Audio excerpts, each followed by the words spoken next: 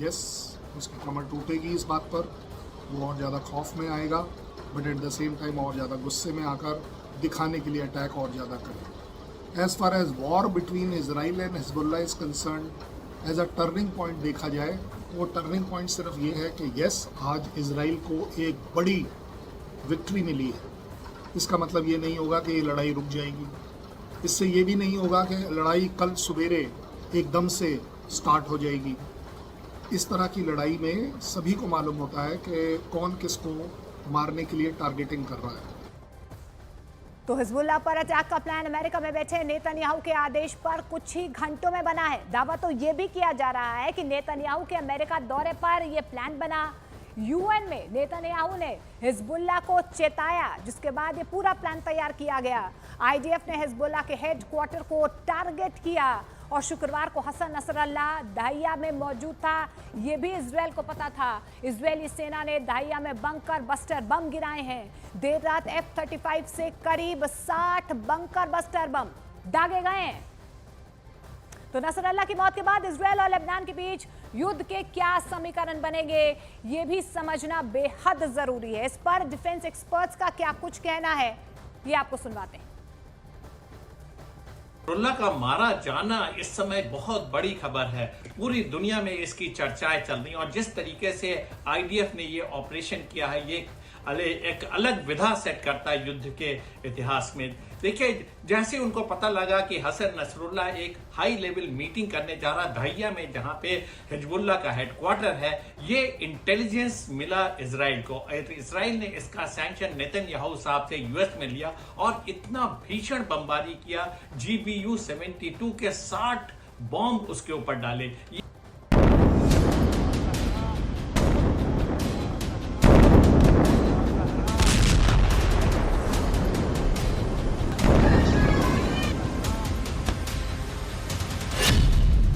मारा गया Hezbollah chief.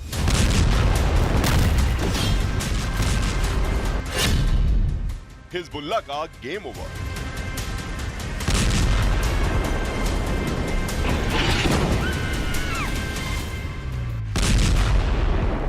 Israel ने लेबनान में हिजबुल्लाह के हेडक्वार्टर पर मिसाइलों की बरसात कर दी। इजराइल ने दावा किया कि उसके निशाने पर हिजबुल्लाह चीफ नसरुल्लाह था।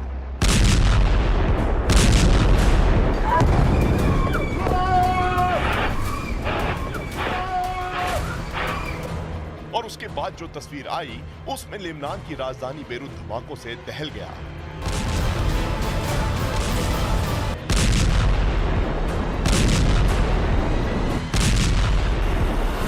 इजराइल की एयर स्ट्राइक में बेरूत में 6 इमारतें ध्वस्त हो गईं और फिर वो दावा आया जिसने सबके होश उड़ा दिए। इजराइल ने दावा किया कि उसके हमले में हिजबुल्लाह का चीफ नसरुल्लाह मारा गया। जिस वक्त बेरूत पर हमला हुआ, उस वक्त इजराइल के प्रधानमंत्री अमेरिका में थे। यूनाइटेड नेशन में उनके स्पीच के 1 घंटे बाद ही इजराइल ने बेरूत में मिसाइलें दाग दी।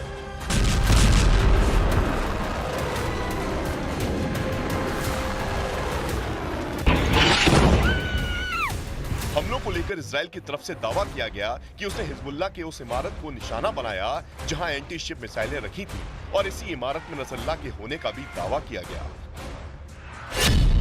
इजराइल की जिस मिसाइल ने बेरूत में हिजबुल्लाह के ठिकानों को निशाना बनाया, वो एक घनी आबादी वाला इलाका था। उसके आसपास गैस स्टेशन, पुलिस स्टेशन और स्कूल चर्च थे।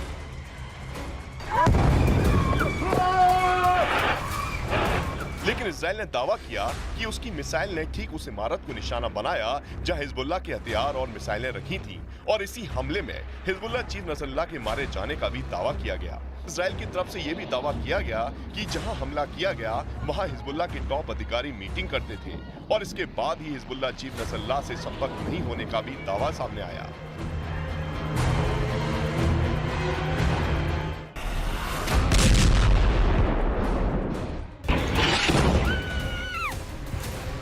हमास में तबाही के बाद इजराइल का पूरा फोकस अब लेबनान में हिजबुल्लाह के ठिकानों पर शिफ्ट हो गया है, क्योंकि हमास पे इजराइल के हमलों के बीच हिजबुल्लाह ने इजराइल के खिलाफ जंग का ऐलान कर दिया है।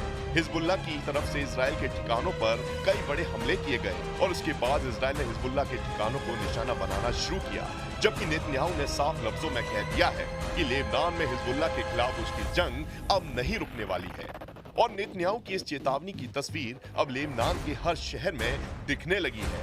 शुक्रवार और शनिवार की रात जिस तरह से बेरूत में इजराइल ने हमला किया, उसके बाद लेबनान में चारों तरफ तबाही मची हुई है, लेकिन इसके बाद भी हिजबुल्लाह की तरफ से हमले नहीं रुके हैं। मतलब साफ है कि अभी जंग और खतरनाक मोड़ पर पहुंचने वाली है।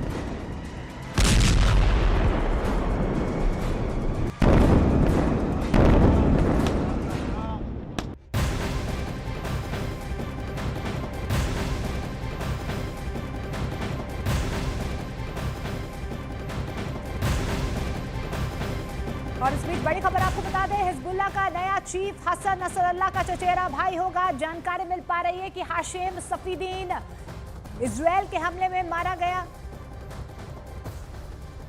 तो बड़ी खबर आपको बता दें, इजराइल के हमले में मारा गया है हसन नसरल्लाह। लेकिन हसन नसरल्लाह का जो चचेरा भाई है वो अब हिजबुल्लाह का नया चीफ बनेगा। हाशिम सफीदीन जो है वो अब हिजबुल्लाह का नया चीफ बनेगा, क्योंकि ये दावा आईडीएफ की तरफ से किया गया है कि हसन नसरल्लाह मारा गया है। अब जानकारी मिल पा रही है जो हसन नसरल्लाह का चचेरा भाई है वो अब हिजबुल्लाह का नया चीफ बनेगा। तो बहुत बड़ी खबर आपको बता दें, कल जिस तरीके से लेबनान में इजराइल की तरफ से एयर स्ट्राइक्स की गई, उसके बाद से ये दावा किया जा रहा है कि हसन नसरल्लाह मारा गया है। अब हसन नसरल्लाह का जो चचेरा भाई है उसे अब हिजबुल्लाह का चीफ बनाया जा रहा है। जानकारी मिल पा रही है कि हिजबुल्लाह का नया चीफ हाशिम सफीदीन होगा। हाशिम सफीदीन चचेरा भाई है नसरल्लाह का, जो अब हिजबुल्लाह का नया चीफ होगा। तो हाशिम सफीदीन हिजबुल्लाह चीफ बनेगा। हसन नसरल्लाह का चचेरा भाई है हाशिम सफीदीन।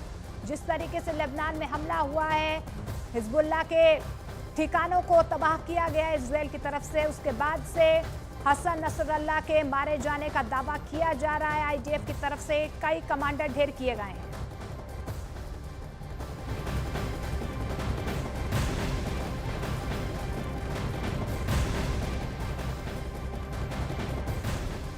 तो हिजबुल्लाह के चीफ हसन नसरल्लाह के मारे जाने के बाद ईरान में खलबली मची हुई है। ईरान को डर सताने लगा है कि इजराइल ईरान पर भी हमले कर सकता है। ईरान में कोहराम मचा हुआ है, खौफ का माहौल है और तेहरान में ईरान के सुप्रीम लीडर को सुरक्षित जगह पर ले जाया गया है। पूरे ईरान में हाई अलर्ट जारी किया गया है और ईरान ने अब ओआईसी देशों की बैठक भी बुलाई है। इसके अलावा खबर ये भी निकल कर आ रही है कि ईरान ने हिजबुल्लाह के साथ बातचीत की है और भरोसा दिया है कि नसरल्लाह की मौत के बाद ईरान हिजबुल्लाह के साथ है और इजराइल के खिलाफ जल्द ही एक्शन लेगा। तो बहुत बड़ी खबर आपको बता दें, अब ईरान में भी खलबली देखी जा रही है। जिस तरीके से हसन नसरल्लाह मारा गया उसके बाद से अब ईरान में ओआईसी देशों की बैठक बुलाई गई है। ईरान में हाई अलर्ट जारी किया गया है। लेकिन इस बीच अंदर खाने से खबर ये भी निकल कर आ रही है कि हिजबुल्लाह से ईरान ने बातचीत की है और जिस तरीके से नसरल्लाह की मौत हुई है उसके बाद से ईरान ने ये कहा है कि वो हिजबुल्लाह के साथ है और इजराइल के खिलाफ जल्द ही बहुत बड़ा एक्शन लिया जाएगा। और इसी के साथ आपको बता दें, लेबनान में इजराइल की सेना ने आपको बता दें पूरी तैयारी कर ली है। हवाई हमले जारी हैं और जमीनी हमले करना भी इजराइल की सेना शुरू कर सकती है। ये बहुत बड़ी खबर निकल कर आ रही है। लेबनान में इजराइल की एंट्री होती है तो क्या ईरान खामोश बैठेगा, ये बहुत बड़ा सवाल बना हुआ है।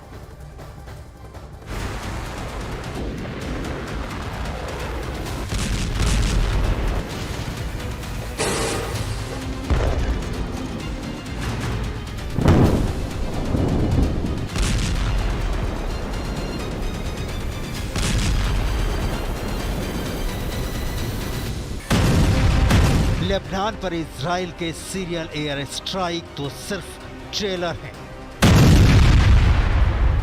लेबनान इजरायली युद्ध की पिक्चर अभी बाकी है। यकीन नहीं होता तो इजराइल लेबनान बॉर्डर पर मूव करते इन बख्तरबंद वाहनों का काफिला देख लीजिए। इजराइल लेबनान में घुसने की तैयारी कर चुका है। किसी भी वक्त इजराइल की सेना लेबनान में घुस सकती है। यानी पहले इजराइल ने हिजबुल्लाह को एयर स्ट्राइक से दहलाया, अब लेबनान के भीतर घुसकर गाजा की तरह तबाह और बर्बाद करने वाला है। Thousands of Iranian-backed Hamas terrorists from Gaza burst into Israel in pickup trucks, on motorcycles, and they committed unimaginable atrocities. They savagely murdered 1,200 people. They raped and mutilated women. They beheaded men. They burned babies alive. They burnt entire families alive, babies, children, parents, grandparents, in scenes reminiscent of the Nazi Holocaust. Hamas kidnapped 251 people from dozens of different countries, dragging them into the dungeons of Gaza. Israel has brought home 154 of these hostages, including 117 who returned alive. Israel की planning है कि वो Lebanon के भीतर घुसकर Hezbollah के ठिकानों पर हमला बोलेगा। इजरायली फौज लेबनान के किस इलाके में सबसे पहले एंट्री की तैयारी कर रही है? इजरायली फौज लेबनान में किन हथियारों से विध्वंस करने की तैयारी कर रही है? इजराइल लेबनान पर कब से जमीनी हमले शुरू कर देगा और क्या इजराइल लेबनान में रुककर उसके इलाके पर नियंत्रण करने की योजना बना रहा है? इन सारे सवालों का जवाब डिटेल में दिखाएंगे। उसके पहले इजराइल के लेफ्टिनेंट जनरल हर्जी हलेवी को सुन लीजिए।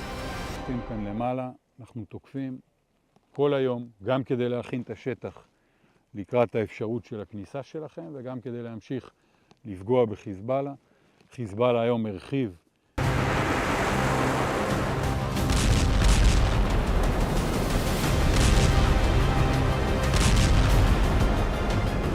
लेबनान में ग्राउंड अटैक करने का इजराइल का प्लान तब सामने आया है जब हिजबुल्लाह ने कहा कि उसने तेल अवीव के बाहरी इलाके में इजराइल की मोसाद जासूसी एजेंसी के मुख्यालय को निशाना बनाया है। गाजा पर इजराइल के हमले के करीब साल भर में यह पहला ऐसा वाकया है जब उसने कोई बैलिस्टिक मिसाइल दागी है और अब अपने घातक टैंक का मुंह लेबनान की ओर मोड़ दिया है। यह वो टैंक है जिसके बारे में कहा जाता है कि इसका तोड़ पूरी दुनिया के पास नहीं है। इस टैंक में ऐसे मॉडर्न और इंटीग्रेटेड हथियार हैं जिसकी वजह से यह दुश्मन पर भारी पड़ेगा।